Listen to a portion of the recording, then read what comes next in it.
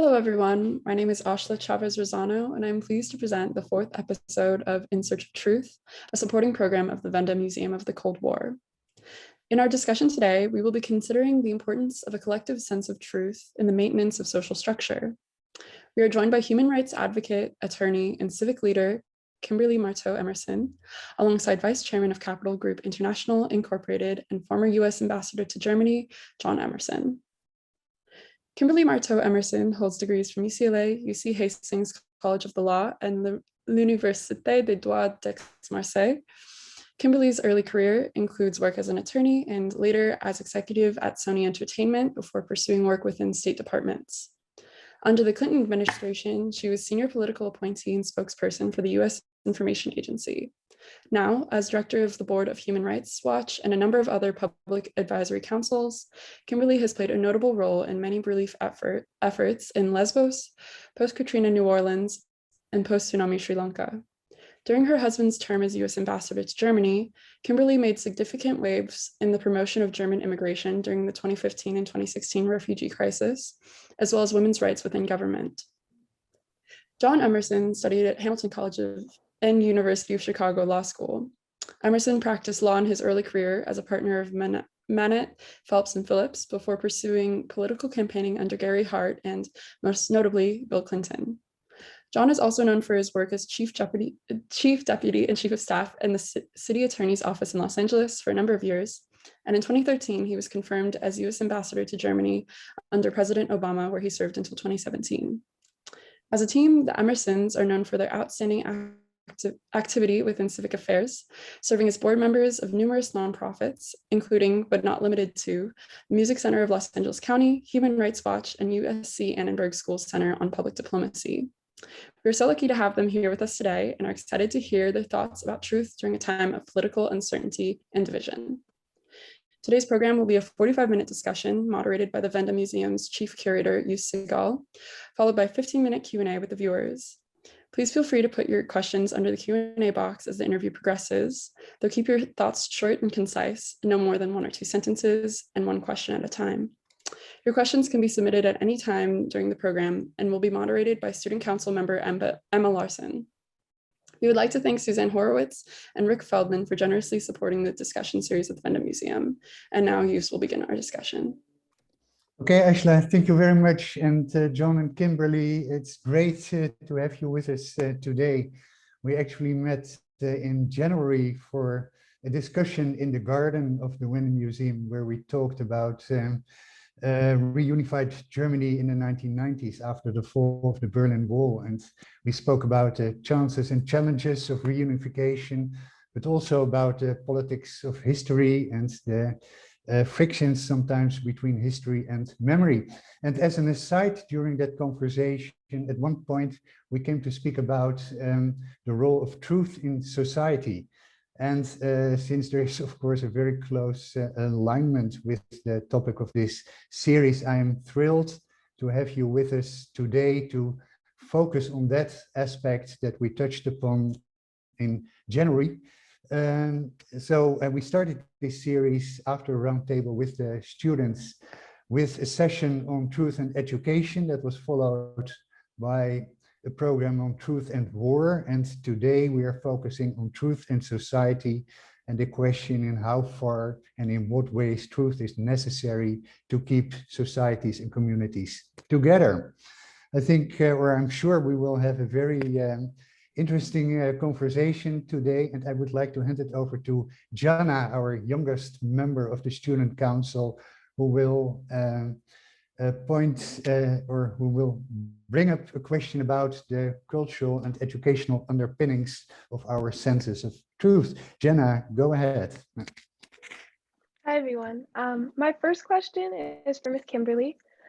Education is a pillar and the foundation of creating personal truths for many people.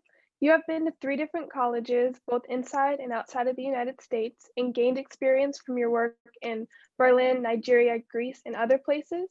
How do you believe this has influenced your way of thinking, and how do you communicate your personal truths? Additionally, do you believe that you would have the same mindset that you do now without these international experiences in your life?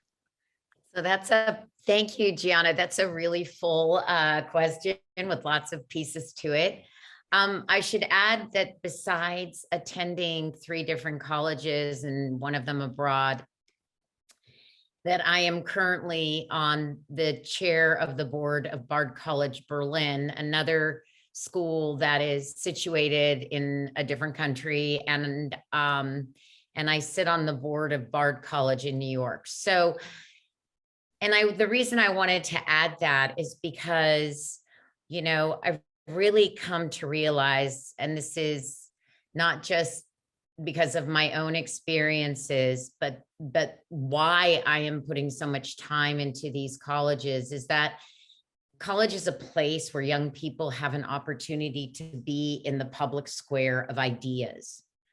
And a college should be a safe place to explore ideas that you didn't necessarily grow up with, and to listen to ideas that you don't necessarily agree with. And it's also a place to learn to think critically about today's global problems. And you do that through the lens of the social and physical sciences. You do that through history. You do that through art study. You do that through history study. You do that through science study. And I think that, as long as there is respect for other points of view, which is really what college is about, it's a fantastic place to actually think about who you really are, because you come to college with all of these precepts, right? Like what you've learned, the community you've grown up in, the culture that's impacted you, what your parents have taught you. And, you get to college and it's that child adult experience where you're suddenly free of all of those surroundings, and you can start to think for yourself, like, what do I want? Now, I want to make one little, when you ask me like my personal truths, it's interesting. It's a very generational term. It's a term that I think John and I sometimes have a little bit of trouble with, because when people say, well, that's my personal truth, for me, the word truth is based on fact, and that my personal truth is actually my personal perspective or my personal opinion. And I worry that they edge into the arena, because when you hear people talking about, oh, that's my, that everybody's got their own personal truth about something, that you hear it sometimes coming out of communities that are rejecting facts, and because of their own personal truth. So I prefer to focus on your personal values, right? Because I don't know, truth has become a somewhat mushy word. And I come from the human rights world where we are solidly investigating facts. And to me, those facts are the truth. And that's the only truth that I care about. So, but in any event, let me just tell you that these international experiences I have had in my life, and I've had so many of them. I have been in very privileged places, and I've been in very challenged places. And in each one, I feel like you have to go with a tremendous amount of humility and open-mindedness, and that you're never going in with, a sense of, you always must realize that you're privileged, but you don't go in as some kind of privileged being, that you go in on the same level as the people that you're meeting with, whoever they are, whether it's, I have been in rooms where we have stood up and told, the leader of a country and questioned what he's doing because it's abusing human rights. And I have sat with victims of human rights abuse and listened to their stories. So I think that what you do is what those experiences gave me is just this sense of equality. It's like nobody is, among the powerful more important than those that are the least powerful. And we need to learn how to listen and to look at the world through their eyes, and not only think about what we're saying, but think about how we're being understood and heard, and exchange ideas. Yeah. And these are all pieces that I took with me on these experiences.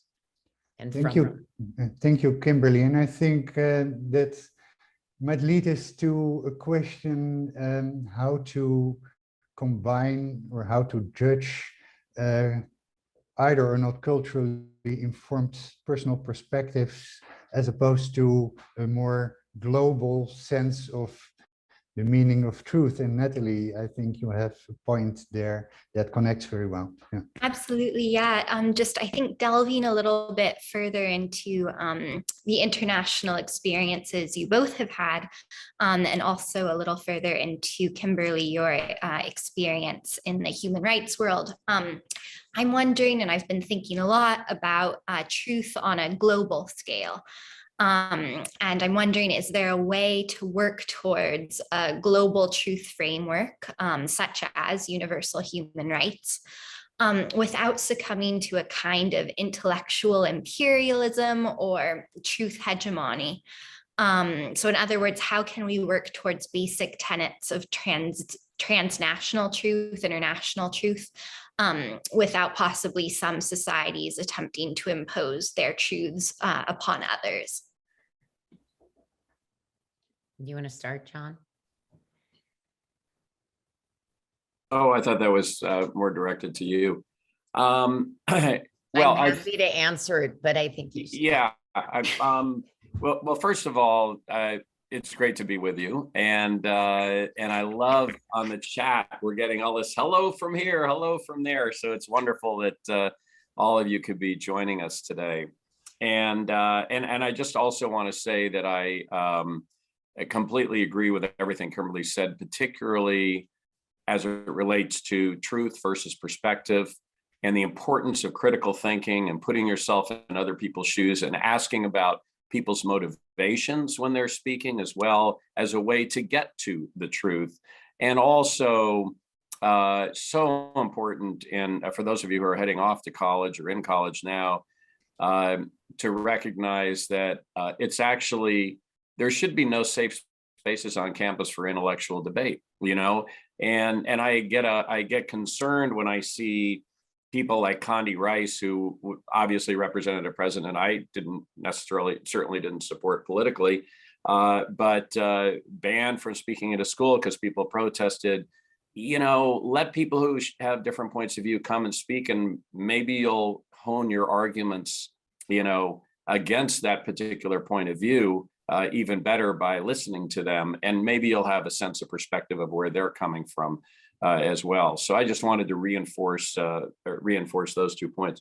In terms of a global a sense of global truth, again, I'll go back to Kimberly's comments about global values. You know, we often talk about the world order of the West. It's really a values-based alliance, a values-based order. And what are those values? Those values are a belief in a free press, a belief in the fact that the governing should derive their authority from the governed through fair and free and fully informed elections. And of course, that fully informed piece gets to the essence of what we're talking about here, which is what is real, what is not, what is truthful, what is not, so people can be fully informed when they're making their decisions. It's based on rule of law. Our values are based on rule of law and not on the basis of who is the strongest or who is in charge and who can put their opponents in jail or poison them, as we have seen coming out of Russia more recently. And so I think if we look at sort of global truth and the concept, again, as Kimberly suggested, of maybe globally shared values, of you know, and a recognition of what do people want. They want to be able to grow up in a world where they can live their lives, feed their children, hopefully create a better opportunity for their children, and be able to pursue their dreams. That the kinds of values that allow that to come about, I think, are what we ought to be striving for. And I don't think that leads to an imperialist hegemony, for instance. But I see where you're coming from, and it'd be very easy if you it's a slippery slope. If you the more detailed you get, then the more and religion is a perfect example of this, right? And that should be one of the values that we have: the freedom to worship as you will, as long as you're not obviously hurting other people. But Kimberly, I see you want to jump in. Yeah, just to add, I mean, I agree with everything you said, but I don't think we need, again, just, I think it gets tricky if you talk about creating a transnational truth and like John said, more of a transnational values, which is, of course, what like the Universal Declaration of Human Rights, which is, 100% about respect and dignity. So we don't have to get people to intellectually agree that we all agree on the same, God. What we have to do is we have to respect each other and treat each other with dignity, so that if you believe this differently than me, that I'm not going to persecute you for that. And then people say, well, like, we live in a culture and we have different values. Like, we believe in that a husband dominate. I mean, I'm going to get pretty, because I work in the human rights world, I can get pretty rough, pretty fast. But a husband, dominates a wife and can treat her however he wants. He can abuse her. She's his property. And I say, actually, if you go back to the tenets of human rights and you say, I actually never met a woman who wanted to be abused by any man. I mean, really, truly. And so therefore, if you use that as your guide, if you use that's, I don't want to call it the universal truth, but it's the universal values. And frankly, when you look at the history of the Universal Declaration, there were 58 members of the UN when it was signed in 1948. 48 signed it, and I'll tell you a few of them in a second. And 8 abstained, and 2 didn't do anything. But of the ones who signed it, let's talk about countries that today we have to ask ourselves, if this is our guide, this is the guide that has to be pressed on them. China, Egypt, Turkey, Nicaragua, Venezuela, they all signed the Universal Declaration, and they've signed the Covenant on Civil and Political Rights. So, there is, if you ask me, a universal. Now, Russia abstained. And by the way, all the Soviet satellites that were part of it abstained. But you want to hear an interesting story? Okay, so now I'm going to move in a slightly different direction, but I'm still talking about the Universal Declaration. I've worked with someone in Austria who was in a hotel. She's in the hospitality business, and she, opened the drawer, and guess what she found in it? What do you normally find in a hotel drawer next to the bed? A Bible, right? And she looked at it and she said, actually, this shouldn't be a Bible. This should be the Universal Declaration of Human Rights. And she pursued a project with an art curator called Imagine Human Rights, that's in all 5 of the UN languages and includes images donated by these famous contemporary artists all over the world. And it's the whole Universal Declaration, and basically has published tons of them. And this, I love this vision. I love this idea that this is something that doesn't say live this way or live that way. It's, we all live like this together. Right. Beautiful. And if I may quickly interfere, because I don't want too much time here, but I want to challenge you to make this question a little bit more complicated, because we're speaking now about universal values, but in some cases that's not completely overlapping with a sense of universal truth. For instance, if you compare a world history reference book produced in the United States or Western Europe, you get a completely different story than a similar book produced in India or China. So is there a way somehow that those different narratives can be combined and be put into one holistic well, whole? I mean, I'll give you an example. We traveled in Vietnam and heard about the American War. Right. We always think of Exactly. it as the Vietnam War, right? Right. And it was kind of jarring, to be honest with you. I hadn't thought about that. But I mean, there are two parts to that question. The first part is pieces of history that we ignore. The treatment of Native Americans, the treatment of African Americans in our culture. I mean, when I grew up, you basically only heard about one or two people in African American history. You heard about dozens and hundreds of people, of white Americans in terms of building this country. So point number one is trying to, and this isn't about critical race theory. This is about just trying to get it right. But trying to, what are the parts of history that are being ignored that need to be presented? And then I think the second thing, and this gets back to what Kimberly was talking about, critical thinking as well, is if you really want to learn about something, an incident in history, a war, a political discussion or whatever, it's important to try to almost do a 360. And what was going on in that country at the time? Why did they get to this place where they either were an aggressor or refused to intervene in a situation, a humanitarian situation, or whatever the question is? And I think that's it takes work, but I think that's a very good point. And maybe museums can do it.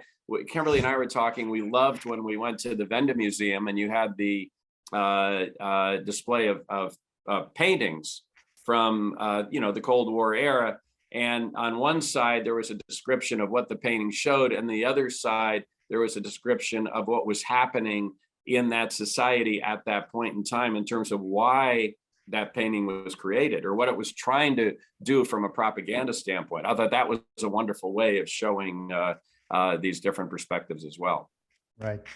So yeah, let's talk a little bit about the portals of truth and how we are confronted with it. And that brings us easily to the media. And Hannah, you have a point about that. Yeah, I've been really interested kind of in this conversation about being fully informed, I think, and who gets the facts and what facts do they have, and does that affect our own kind of sense of truth and our perspective?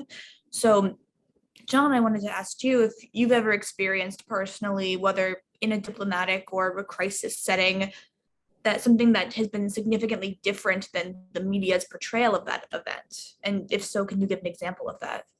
Many, many, many times. But I would like to say that generally, thoughtful journalists do try to get it right. I mean, they try to talk to people and get different perspectives, but so often it's the person who's describing what happened in an event or what happened in a meeting. They're obviously, going to be more inclined to put themselves in a good light. They're talking about what they knew. Maybe they weren't part of a decision-making process, but so it happens a lot. But I would say that the mainstream media, if you're looking at a, New York Times or Washington Post or a Wall Street Journal reporting versus any of their editorial pages, which are opinion pieces, I'd say they get about 70 to 90% of it right. Maybe they get the essence right. There might be facts that are wrong. There might be assumptions that are made that are wrong. I'll just give you one example, and then we can go on. But I was reading a book, a recent biography by Cotty Martin of Angela Merkel, and there's a discussion in there about the fact that when 6 weeks after we arrived, news broke that the US had been tapping Merkel's cell phone. And then subsequently, there was another issue where there was allegations of a mole that the US was running in the German intelligence services. And this created a huge issue. And there was a comment in there about the ambassador sent his CIA station chief packing. Well, that's not what happened at all. He resigned and had to resign, but it was more the German government was doing that. They wanted to kick him out, and we actually were negotiating to make it a smoother resolution. But the essence of the fact that this was a serious enough issue in our diplomatic relationship that the CIA station chief did have to leave is correct. How it happened, why it happened, that was gotten wrong. But so that's why I do think a lot of times we tend to, jump on journalists when, well, you got that wrong, or this wrong, or whatever. But if the essence of a story is correct, then you generally know, okay, this was a serious diplomatic issue that put a huge strain on the German-American relationship that had to be dealt with. And that was what's really important in that story. Right. So then, in contrast, would you think that the essence would be more of the truth than like the specific facts in that situation? Yeah, I mean, the truth, sure. I'd say what is true is that, there was, that this incident created a strain in the relationship that had to be dealt with. That for sure is an essential truth of the situation. But who shot John aspect of that, not really as important or not really as relevant. Right. There's a question in the box from Ella Krieger. What happens when we get the story wrong? Whose responsibility is it to correct or revise the story? Yeah. Well, maybe we can combine that actually, Megan, now with your question, which Okay. is along the same lines. Yeah. Yeah, definitely. So my question was about the role of media, and I think it goes into Ella's a little bit, which is like, given that both of you have spent much of your careers in the political sphere, like what ways do you have to combat the spread of fake news in your work? And have you seen any big shifts or transformation in politics in terms of the spread of fake news, culture wars, the role of social media? And yeah, I think that goes into who's responsible for the spread of fake news, or how certain political events are conveyed to the public. Well, Kimberly, when you worked at USIA, that was pretty much what that was responsible for doing, right? Well, yeah, I mean, the U.S. Information Agency with Radio Free Europe and Radio Free Marti, and Radio Marti and Radio Free Asia. I mean, our whole, mission was to counter misinformation. It's basically called propaganda, but to counter that with the truth. And during that time, obviously, there wasn't, any of the internet. And so the only way to get that information to the people that needed to hear it, which were the people of closed countries who were not getting accurate information, who were being fed Black propaganda, it was through radio. And people had shortwave radios, and they used to listen to reports coming from, these different news services that were run by the government. And it's so interesting because, civil society has grown up so much in the past 50, 60 years that, government doesn't really do that anymore. It's been overwhelmed by, private sector and public, NGO sector information coming across. But when you think about it, when we started, there was no Twitter, no Instagram, no Facebook. When I was working in the government, there was a half an hour of news at night on 3 channels. And that was how most of, at least America, got fed. And when something broke in the New York Times in the morning, it would lead in the news that night. How many things break in the New York Times in the morning now and lead in the news at night? We're in this crazy 24/7 news cycle where, it's chaotic, right? There's news breaking every couple of minutes, and, we're being asked to kind of wade through that and figure out what's right and what's wrong.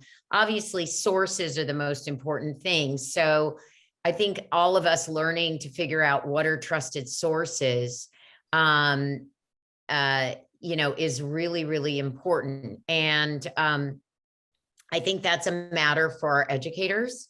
I think, our good schools need to get much more informed in the internet and how teaching people to look at information critically and to be able to decipher what are good sources of information, what are bad sources of information. And obviously our tech companies need to take on, there's something called the Santa Clara principles that was agreed upon up in Santa Clara, and I think they updated it last fall, but it basically lays out like all of these guidelines for moderation, how platforms are supposed to moderate content. They're not always going to get it right. But if you look at, for example, the genocide in Myanmar of the Rohingya, it was clear, the UN in investigating it came out with a clear assessment that said hate speech, including on Facebook, was in large part responsible for the building up of this genocide and for it happening. And even after Facebook came to the party late and didn't do enough, they I think took down 50 pages, but they left, some of the generals and stuff still had their pages up, and, atrocities continued. And so the responsibility lies with us, our educators, those who, get the story wrong, but they sometimes have an agenda to get the story wrong. The ones who don't have an agenda to get the story wrong, they'll correct it if it's brought to their attention. I think we need to call out the agenda of those who have an agenda to get the story wrong. And I think it also, there's a lot of responsibility lying with the social media companies that allow the perpetuation of dis and misinformation. Let me just add, just looking at some of these comments too that are scrolling across. One of the challenges is bad news travels way faster and way more widely than good news. Okay. Angry attacks travel, and this is demonstrated. If you just look at Facebook and sort of the number of forwarding, and likes, and not likes, but just the way people will forward and statements and that kind of thing, Twitter, what have you. When there is a correction, even in the mainstream news, the story leads on A1, the correction is on C27, right? It's, typically buried very, very deep. And that is a huge problem. But I think there's even a bigger problem. And the bigger problem is if you do everything that Kimberly's talking about in terms of how we try to get out there and get the facts right, get the story right, particularly when somebody's wrong, something is wrong, we are now as a society becoming so siloed in what we read, what we watch, what we hear, that you can do a great job of getting a correct story out there, but it doesn't necessarily get seen. I mean, if you're in and I think we can blame some of the algorithms of social media for this. We can also blame, cable news channels that solely focus on, one particular ideological group or another.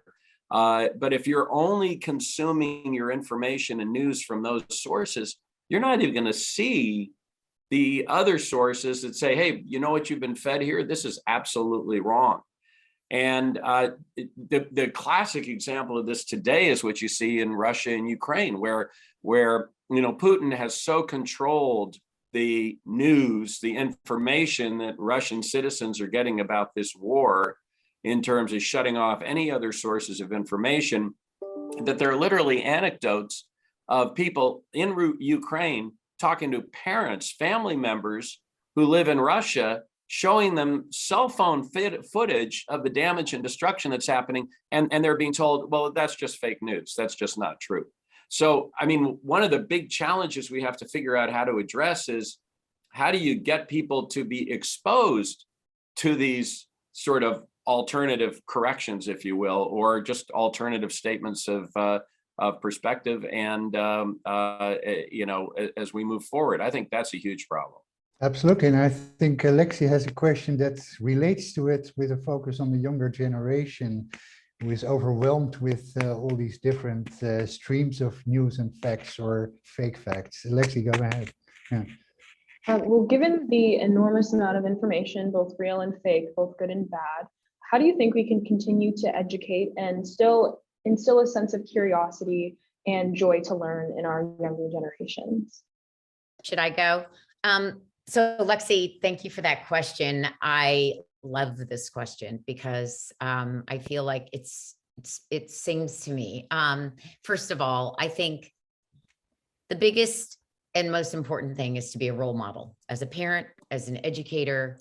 If you're curious, if you're always trying to look under the rocks of things and find out what the actual facts are, your kids will see you do that. So I just feel like that's number one important. Number two, you have to expose young people in an unbiased way to all sides of an issue.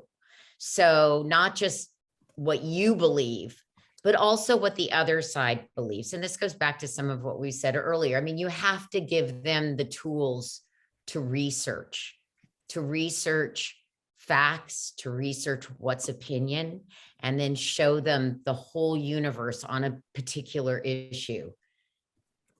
Show them how to expose fake information and teach them healthy skepticism. And, when I think about like curiosity and fact finding, and just the idea of curiosity, I think about when one of the most important things John and I did as parents is we took our girls when they were around 12 and 10 years old to New Orleans. That was their spring break trip, except they weren't enjoying the city of New Orleans. We took them there to rebuild homes in the wake of Hurricane Katrina. And we worked with a project there for the whole week. And I will tell you that they came away so,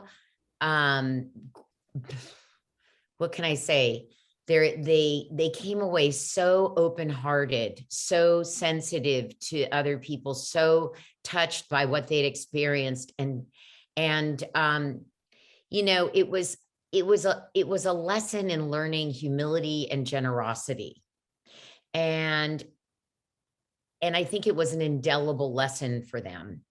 But the other thing I wanted to also mention, when it comes to like facts and getting at things and learning the truth, is just to give an example, like Human Rights Watch. I mean, it's what we do. I live in a fact-based world because we publish, 100 reports a year. And in the 50 years of our existence, we've never had to retract a report. And it's because we go and we don't just accept one person's word for a fact, but we need several witnesses for a fact. And now, and in Ukraine, we are actually backing those witness interviews with videos and photos that we've gotten through open source research that we are scrubbing and using all of the reverse technology tools to make sure that they are actually real and accurate.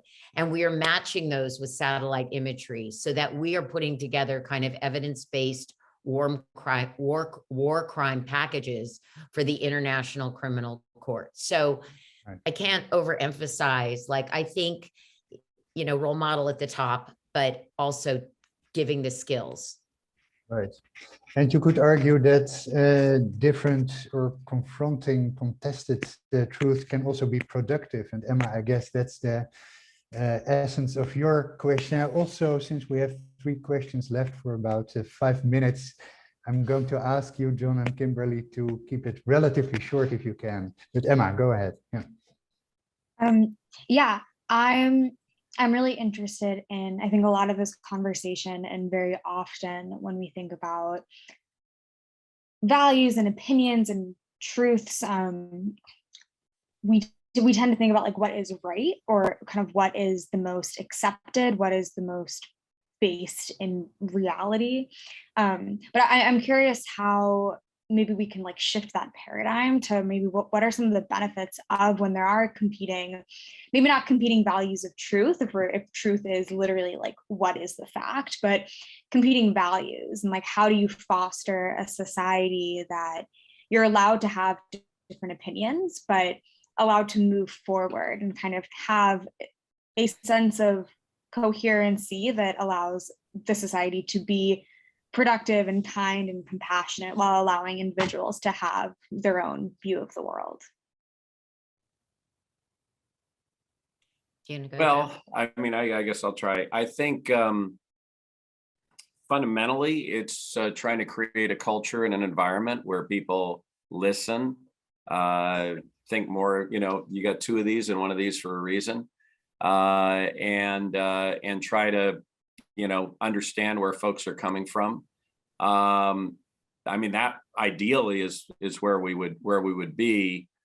I think we've got to think seriously about how do we dial down some of the anger that exists in society. I mean, people just tend to go right off the rails so quickly. I mean, there are probably books that are written on this, so I, you know, can't pretend that we're going to have an answer to that now. But I think when someone reacts with anger to what somebody else is saying, then immediately both sides get defensive, and you don't sort of read that, get there. And then also recognize there are just going to be some things on which we will never agree. There are going to be some people who are going to say abortion is murder, even the first minute after conception, and others who will talk about the freedom of choice, and that is not murder. That is, when you're talking about it at that point, and that you're never necessarily going to bridge that gap, but at least you can have a discussion so that people don't demonize the folks who are on the other side of that issue. I find it in our politics very distressing that there are no more Republican members of Congress who are pro-choice. There are a number of Democrats who are pro-life personally, but I'm thinking of Tim Kaine, for instance, a senator from Virginia who was Hillary Clinton's running mate, pro-life personally, but politically recognizes Roe v. Wade, and that's, where he comes down on it from a political standpoint, and the woman's right to choose. But I think that, I think when we get to the point where it's just so toxic that you can't even talk about it without demonizing the people with the other point of view, I think that's problematic. Right. I guess I would say just one thing, and then we'll go to the next question. And this sounds a little woo-woo, but I swear it's true. We have to get past our egos and step from our hearts. And if we can do that, it will solve a lot of problems. That's beautiful. Thank you. Yeah, this actually leads us logically to Ella's question. And Ashla, we are going to move your question to the Q&A part, if that is okay. Yeah, Ella, go ahead. First of all, Kimberly, I really just appreciate that sentiment you shared. So this question does connect somewhat to, I believe it was Meghana's question about, Lexi's question about how we're instilling curiosity. I feel like some of the answers Kimberly provided might connect. However, John, I'd like to hear what you think as well. How do you think America can come to trust our political leaders in a time where accusations of fraud, controversy, and an overall disconnection characterize the discourse within our major political parties and between the public and our representatives? If you don't mind, I would really love to offer this answer to my husband, because I really think that this is like what he talks about all the time. Like, I'm happy to talk about the question about art, because that's like something I spend a lot of time on. But John, I really think that your thoughts, and I know I have some thoughts on it, but I really think you should lead, because I think it's going to be hard. I do think it's hard.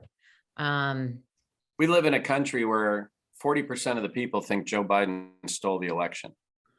I mean, think about that. And Vladimir Putin now governs a country where 70% of the people think that Russia went into Ukraine to stop a Ukrainian genocide against the Russian people. And so when you,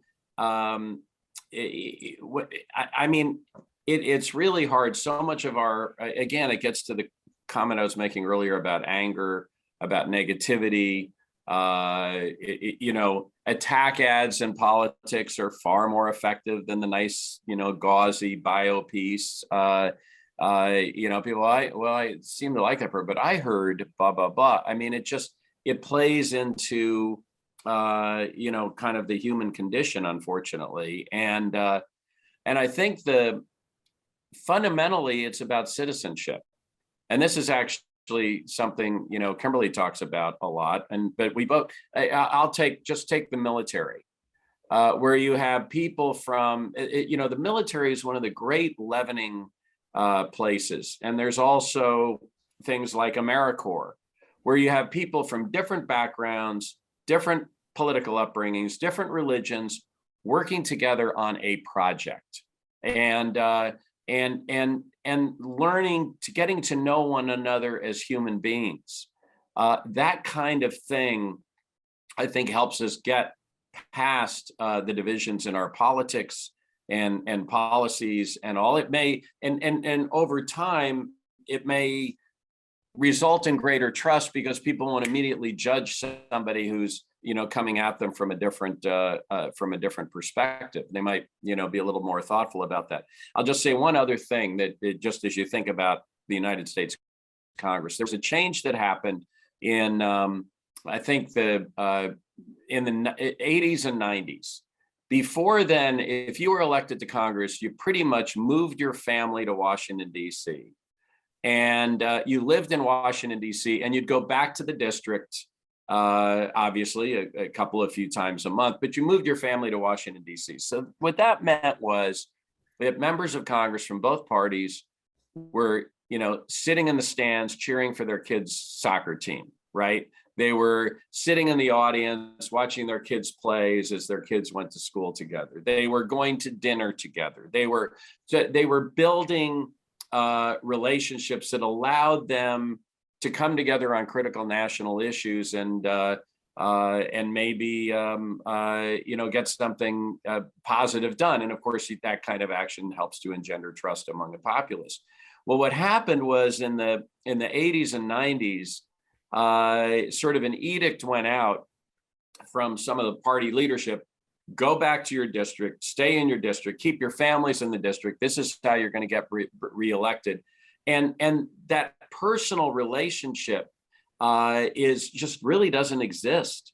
It's let's just put it this way: it's rare when it does exist. We saw some of it actually at the Munich Security Conference, and this may sound a little silly, when Democratic and Republican senators were having a drink in a bar together and with us and talking about what they learned that day, talking about the Zelensky speech at the Munich Security Conference or whatever. I mean, that kind of thing, it really does get back to heart and humanity and trying to get to know one another as people. And then I think that plays out. So there's citizens' responsibility and then the elected officials' responsibility. Yeah, and I agree with John. I think we need to think about new forms of representational democracy.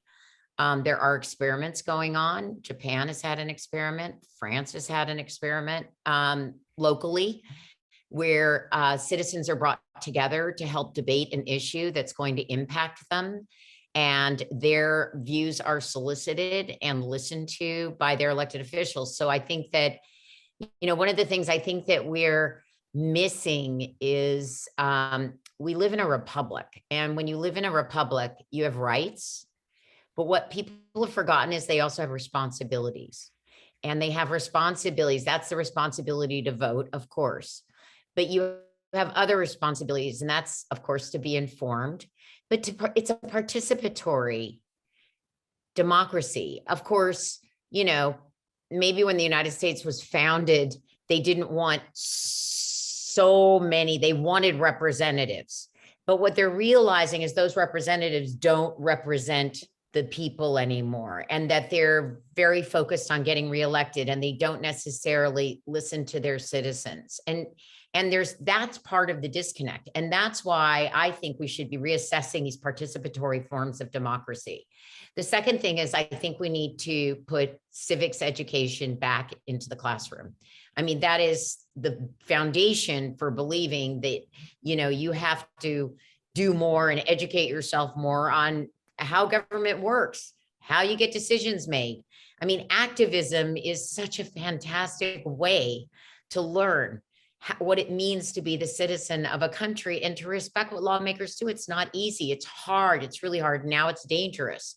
So, and I think that we've had some successes. We've seen some bipartisan, the infrastructure bill. I think, the bipartisan infrastructure bill, we've seen some courage. We need leaders not to cater to the lowest common denominator.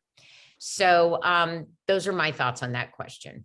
Great. And thank you so much, both of you, for this. And before we go to the Q&A in a minute, since Kimberly, you mentioned visual arts, I still would like to take this opportunity to also include Ashla in the conversation, because not all communication is discursive, and there are ways of understanding transnational, transcultural with other means. So Ashla, please go ahead. Yeah, definitely. Thank you, Yus. Yeah, so this is more posed towards Kimberly, but I would love to hear your thoughts as well, John. So Kimberly, during your public diplomacy efforts in the US Embassy in Germany, you strengthened transatlantic ties between art museums, galleries, and artists. I was wondering how you see visual art and archived materials as making up a shared sense of historical narrative in society, and how we might use visual media to communicate with one another cross-culturally. I might take this a little further, and I think that art spaces and galleries and museums are, a great space for people to communicate in different ways. And so I'd love to hear your thoughts. Yeah, I would say galleries, museums are fantastic places, and also like biennales and art festivals. But let me just say that, I agree with you. I think art is really a window into the history of ideas and eras. And you have both an official version and you also have subversive versions of art, correct? Mm-hmm. And so when you're looking at a shared narrative, in history, you have revolutionary ideas that have developed and evolved. They've often developed and evolved from groups of artists and intellectuals. And it's that kind of cross-disciplinary mashup that creates the energy for a change in ideas. But what happened in some countries is that they separated the disciplines, and visual arts was over here and literary was over here and performance was over here, and there was no longer kind of that mashup of ideas. And then art starts to get a little bit more sterilized. It needs that cross current in order to really build ideas. And what's really interesting is governments could control art more by separating it and turn it more into official art.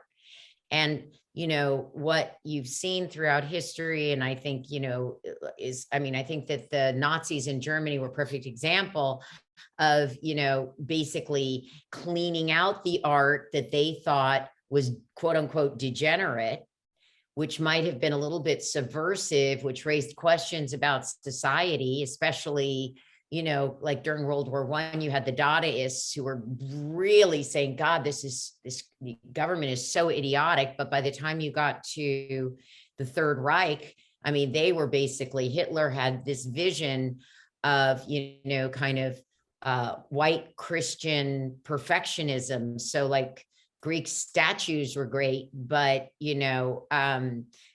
art that questioned society was bad.